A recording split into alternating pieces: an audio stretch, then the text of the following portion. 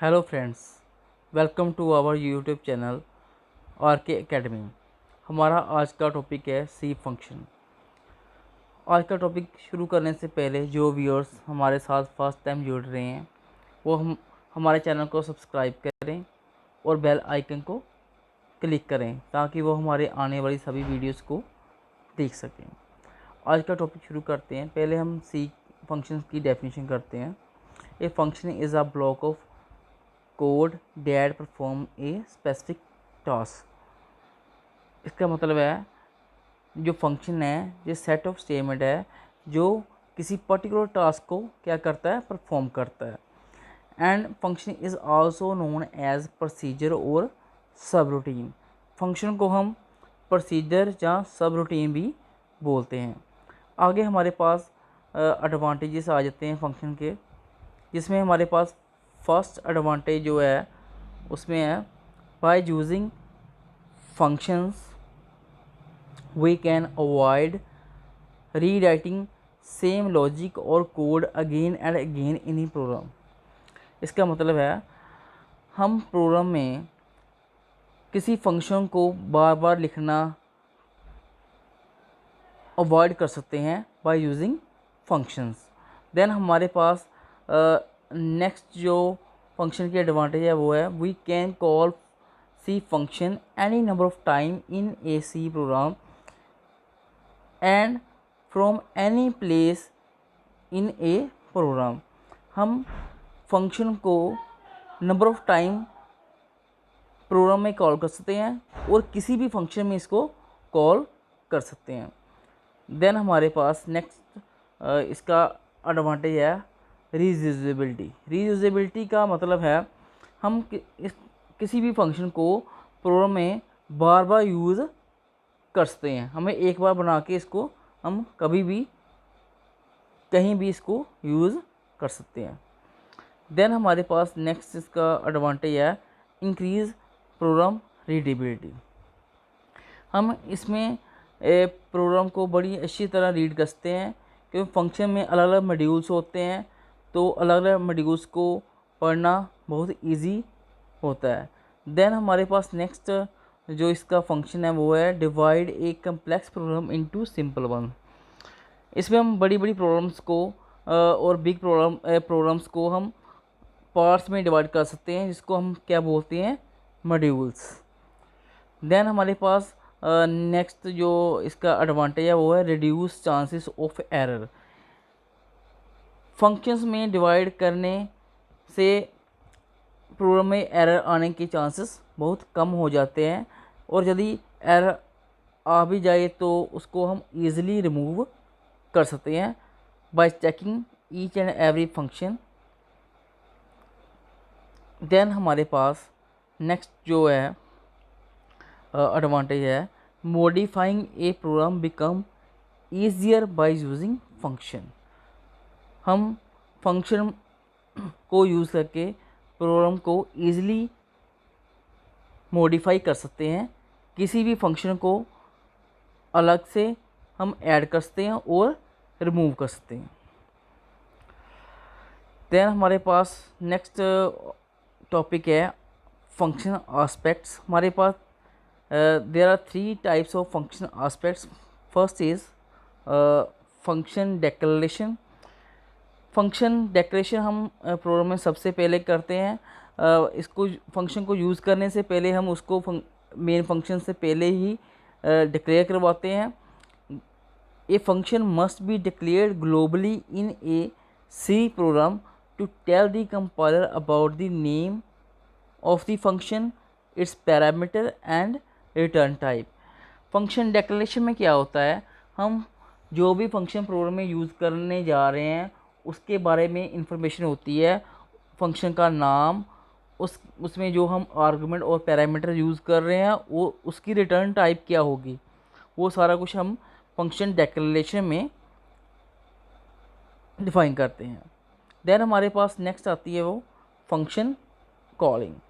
किसी भी फंक्शन को रन करने के लिए हम क्या करते हैं, फंक्शन को कॉल करते हैं, और ये फंक्शन कॉलिंग जो होती है वो प्रोग्राम में कहीं भी की जा सकती है।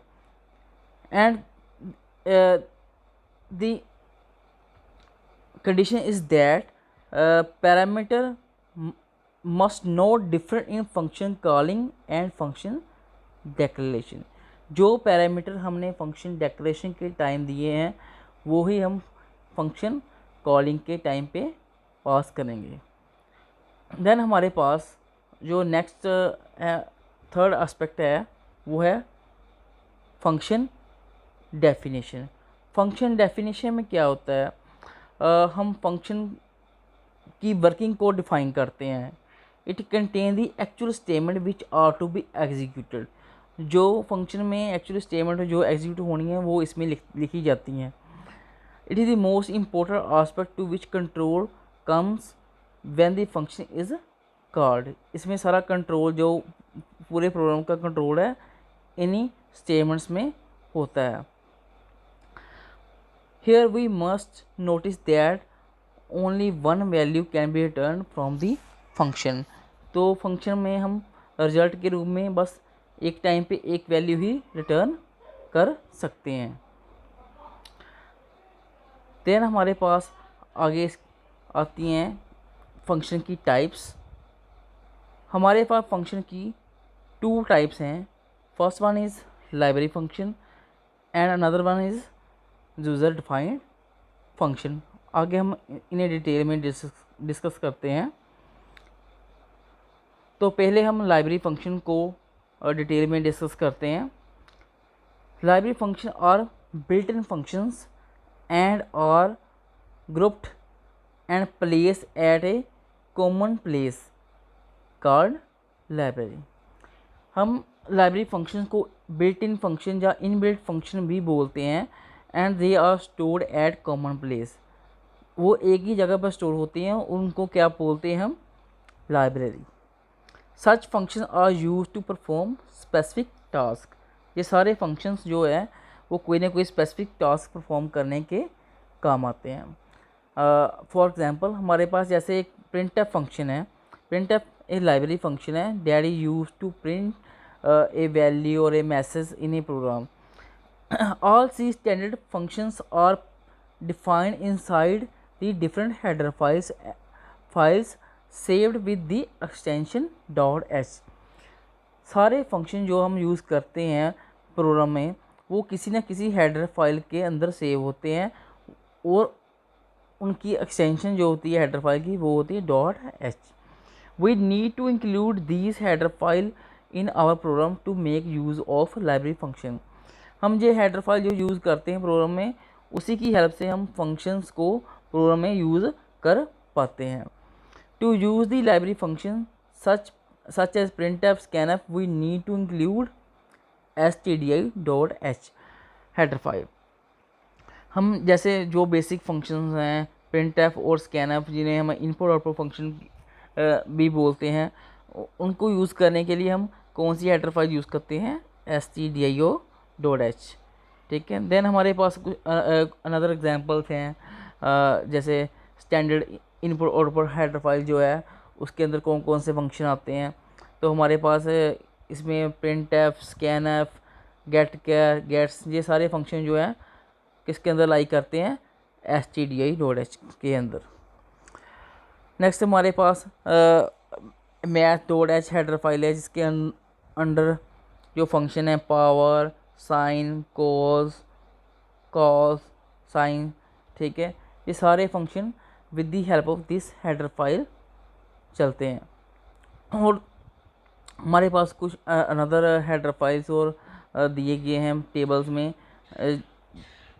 उनकी पूरी डिस्क्रिप्शन दी गई है कौन सी हेडर फाइल से कौन सा फंक्शन रन होता है, तो आप देख सकते हैं.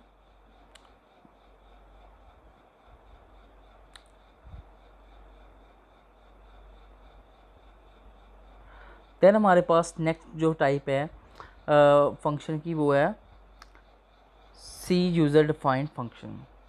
User defined function are defined by user and they are used according to the need of the users. जैसे एग्जांपल है हमने 2 फंक्शन बनाने हैं. जैसे एक हमने सर्कल का फंक्शन बनाना है या कलर का फंक्शन बनाना है, तो हम ऐसे लिख सकते हैं क्रिएट सर्कल, आगे हमने फंक्शन लिख दिया और कलर फंक्शन। ऐसे हम कोई भी फंक्शन जो अपनी नीड के अकॉर्डिंग हम बनाना चाहते हैं तो बना सकते हैं। अब हम इस फंक्शन की टाइप्स को प्रोग्राम की हेल्प से समझाते हैं आपको। जैसे हमारे पास एक प्रोग्राम है, program to add two integer value. हम दो इंटीजर वैल्यू को क्या करना चाहते हैं, जोड़ना चाहते हैं, तो हम इसे यूज़र डिफाइन फंक्शन की हेल्प से कैसे कर सकते हैं। फर्स्ट ऑफ ऑल इसमें हमने पहले दो हेडर फाइल लगाई, ठीक है। देन हमारा फर्स्ट टास्क जो है इसमें फंक्शन की क्या करनी, डिक्लेरेशन। तो हमने इसके लिए जैसे पहले डिस्कस किया था, फंक्शन की इंट क्या जो रिटर्न टाइप लेंगे, then add is are name of function and these are the int a and b are the parameters. ये क्या है, पैरामीटर्स, और इसको आर्गुमेंट भी आप बोल सकते हैं। तो हमारे पास देन नेक्स्ट है मेन फंक्शन शुरू होता है। उसमें हमने तीन वेरिएबल्स लिए, ए बी और सम। तो इसमें हमने ए और बी की वैल्यू जो इनपुट करवा दी। उसके बाद हमने जब ऐड ना के फंक्शन को कॉल की तो हमने वो वैल्यू ऐड फंक्शन को पास कर दी, ए और बी की वैल्यू कॉलिंग के टाइम पे ऐड फंक्शन को पास कर दी। उसके बाद हमने ऐड फंक्शन की डेफिनेशन की,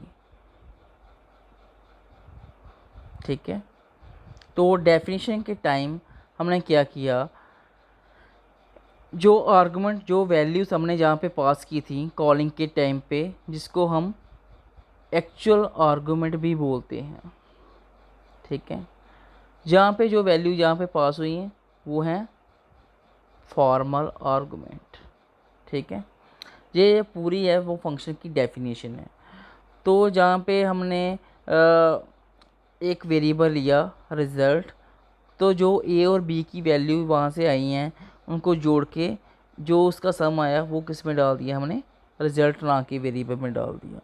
तो अब हमने जहाँ पे रिज़ल्ट को जो फाइनल रिज़ल्ट आया है हमारे पास रिज़ल्ट ना के वेरिएबल में है, तो उसमें हमने ये रिज़ल्ट प्रिंट नहीं करवाना, हमने इसको रिटर्न कर दिया with the help of return function. तो अब ये जो रिटर्न फंक्शन है वो कहाँ पे वैल्यू रिटर्न करेगा, वो जहाँ पे फंक्शन को कॉलिंग हुई है वहाँ पे फंक्शन का रिजल्ट रिटर्न करेगा। तो अब क्या होगा, जहाँ पे रिटर्न फंक्शन जहाँ से वैल्यू रिटर्न करेगा जहाँ पे कॉलिंग हुई है, ठीक है। तो जहाँ पे ऐड फंक्शन में अभी तक रिज़ल्ट आ चुका है, तो जो फंक्शन ऐड फंक्शन में रिज़ल्ट आया है उसको हम किसी में डाल देंगे, सम नाम के वेरिएबल में डाल देंगे। तो सम नाम के वेरिएबल में जो रिज़ल्ट आ गया वहाँ पे हमने इसको क्या करवा दिया, प्रिंट करवा दिया। तो हमारे पास जो फाइनल रिज़ल्ट है वो प्रिंट हो जाएगा। जैसे इसकी आउटपुट देखते हैं हम, यहाँ पे enter the value of two numbers. जैसे हमने 20 और 30 की है तो हमारे पास फाइनल रिज़ल्ट क्या आ गया है, सम क्या आ गया 50। जहाँ पे एक थोड़ी सी गलती है इस प्रोग्राम में, जहाँ पे मैंने चेंज किया था वेरिएबल का नाम चेंज किया था, तो जहाँ पे ऐड नंबर ही रहने दिया, तो हम जहाँ पे ऐड नंबर नहीं ऐड लिखेंगे, तो जहाँ पे हम इसको ऐड करते हैं नंबर को हम हाईलाइट करते हैं, ठीक है।